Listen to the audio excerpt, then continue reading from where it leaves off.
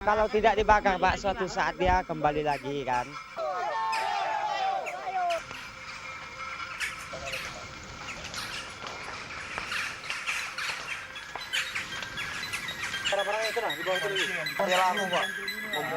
Deep in the vast rainforests of Borneo, where mist rises gently from ancient rivers and where silence holds stories older than memory, a tragedy once erupted. A tragedy that would scar a province, divide communities, and remind a nation that peace is fragile.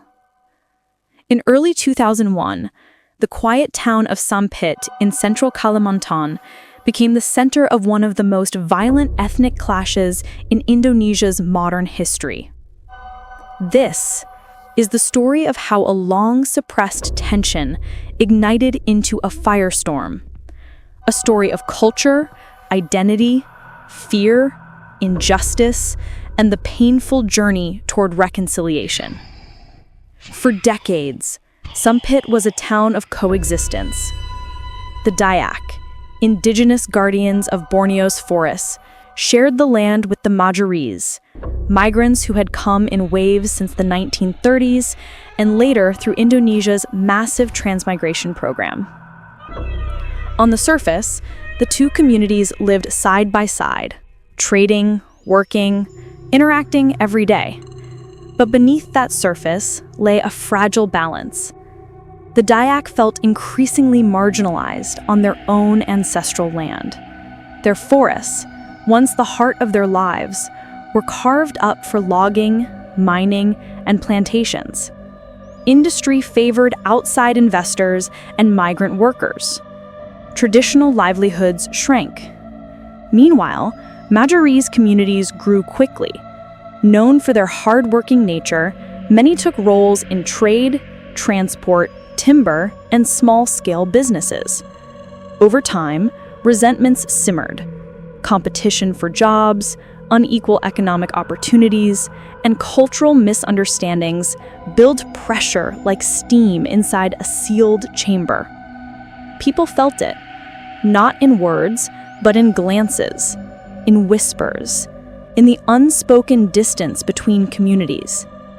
A spark was all it needed. In early February 2001, a rumor swept through Sampit, fast, unverified, deadly. 2 Dayak men had reportedly been attacked by a group of Madurese. Facts were unclear.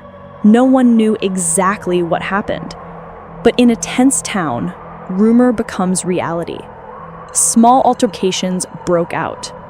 Heated arguments escalated into fights. Then, in the dead of night, the first houses burned. The flames turned fear into panic. Panic turned into chaos. Chaos turned into collective rage. Within hours, Sampit was no longer the town people knew. It had become a battlefield. At the heart of the tension were layers of cultural misunderstanding. For the Madurese, carrying a salurit, a curved sickle, was a common habit, a tool, a symbol, a part of daily life. But for the Dayak, the salurit conveyed a different message: aggression, readiness for a fight. What one culture considered normal, another saw as a threat. And when societies are afraid, symbols become weapons. This misunderstanding fed suspicion. Suspicion grew into fear. Fear exploded into violence. Then came the incident that poured gasoline onto the flames. At a small entertainment venue near a gold mining site, a Dayak technician named Sandong was killed, his neck wounded in a brutal altercation. For his family and community, this was not just a killing, it was a humiliation, an attack on dignity, a direct strike at the heart of the Dayak. 2 days later, about 300 Dayak men traveled to the site searching for the killers. They found no one, but rage demands an outlet. Buildings were destroyed, vehicles torched. Businesses belonging to Madurese residents were damaged beyond recognition. This moment, many historians believe, was when the conflict became unstoppable. The violence escalated with terrifying speed.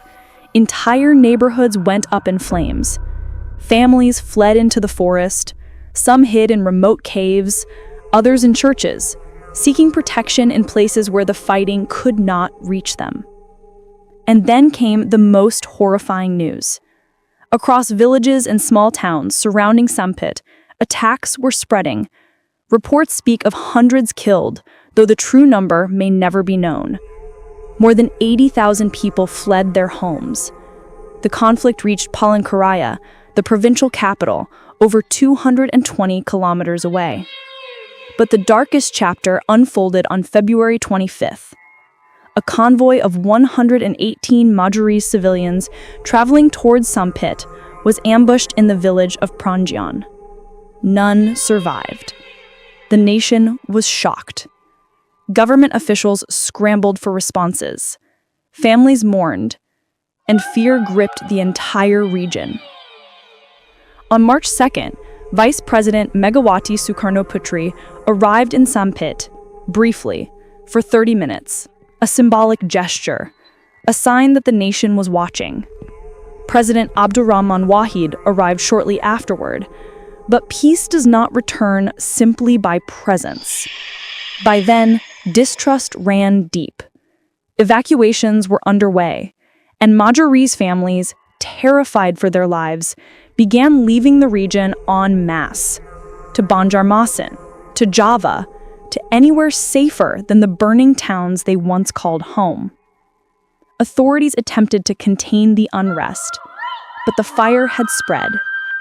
On March 22nd, police gunfire killed 6 Dayak protesters, igniting yet another wave of violence. In Kuala Kapuas, 17 people were killed, homes destroyed, belongings reduced to ashes. For the police, the situation was a nightmare. Protecting civilians meant confronting both sides, and any action could trigger new riots.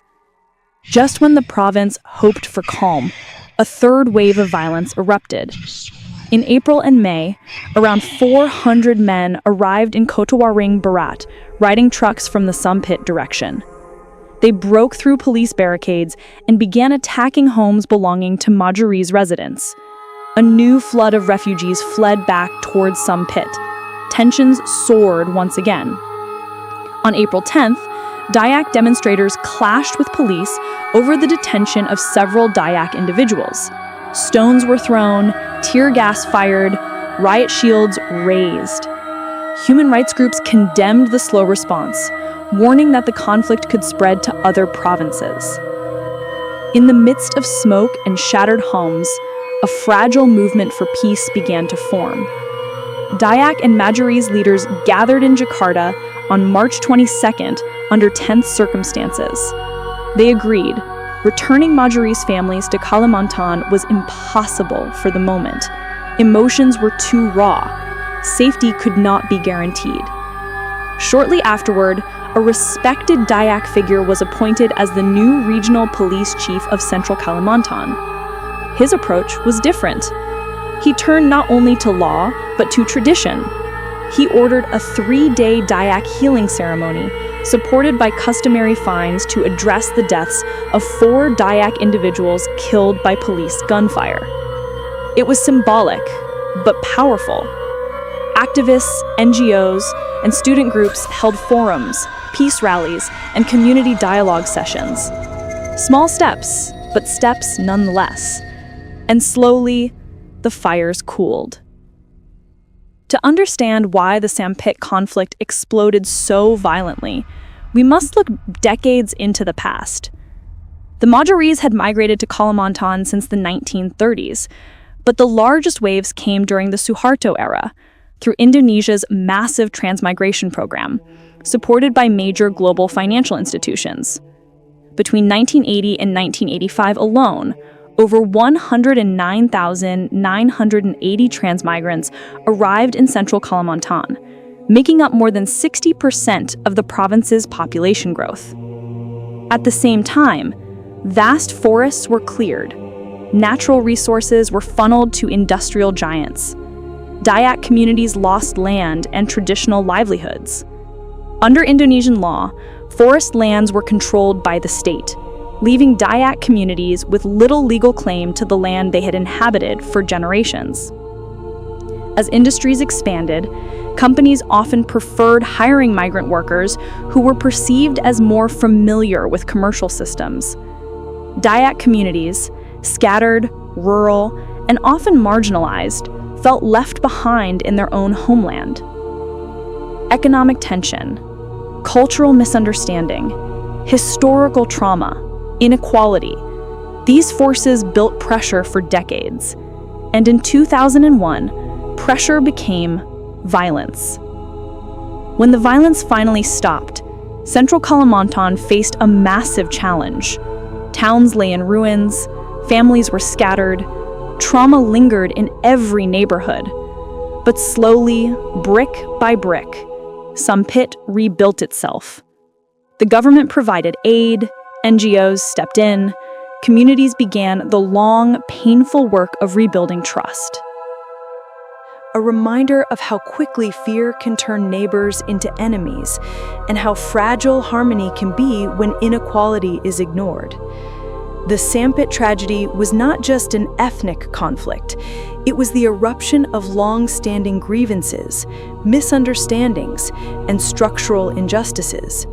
It teaches us that peace requires effort, dialogue, fairness, understanding, and the courage to see the humanity in one another. In the vast forests of Borneo, the wounds of 2001 have slowly healed, but the lessons must remain because Indonesia, a nation of 1,000 cultures, can only stand strong when every community feels seen, heard, and respected.